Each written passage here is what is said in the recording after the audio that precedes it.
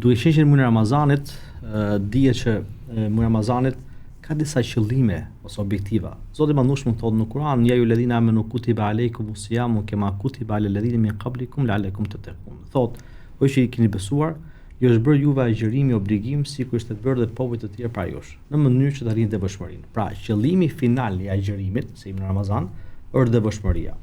Si e përshkruan ti devotshmërinë në Ramazan? Pra, a ka dallim nga muajt të tjerë Ramazani, pra në aspektin e devotshmërisë, dhe në fund fare a arrin individi këtë që thot Zoti i Madhëshëm në Kur'an, arritjen e devotshmërisë? Unë e lu Zotin që ta arrim devotshmërinë e lartë normalisht, dhe e lu Zotin të jemi për atyre që përmenden në mezhlise edhe më të larta. Të flasësh për devotshmërinë personalisht e konsideroj diçka shumë të madhe, sepse edhe me vepra sa do të vogla ne çdo ditë përpiqemi që të afrohemi sa më shumë me Zotin. Patjetër.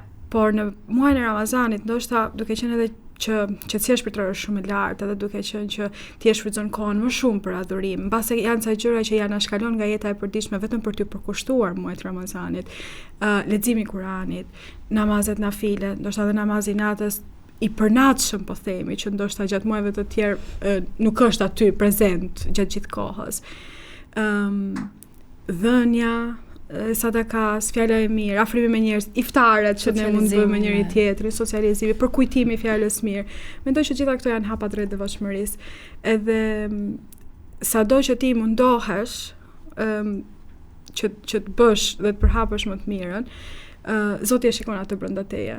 Ndoshta ndonjëherë edhe nuk mundesh ta çosh ashtu siç vërtet don, por duke qenë që njëti ngelet aty po i bukur dhe po i sinqert, mendoj që është shumë e vlerësueshme si situatë dhe si gjendje. Do të qëndrosh te pjesa e të qenit të vazhdueshëm në këto procese për të arritur të devotshmëria? Absolutisht, sepse Ramazani mbaron. Pra vjen, po themi, vjen 30 ditëshi, vjen Bajrami dhe Ramazani kalon. Por çfarë mbetet pas? Nëse ne punojmë për veten tonë apo për veprat tona, për devotshmërinë tonë vetëm në ditët e Ramazanit, është njësoj sikur të punosh për shkollën vetëm kur ke provimet.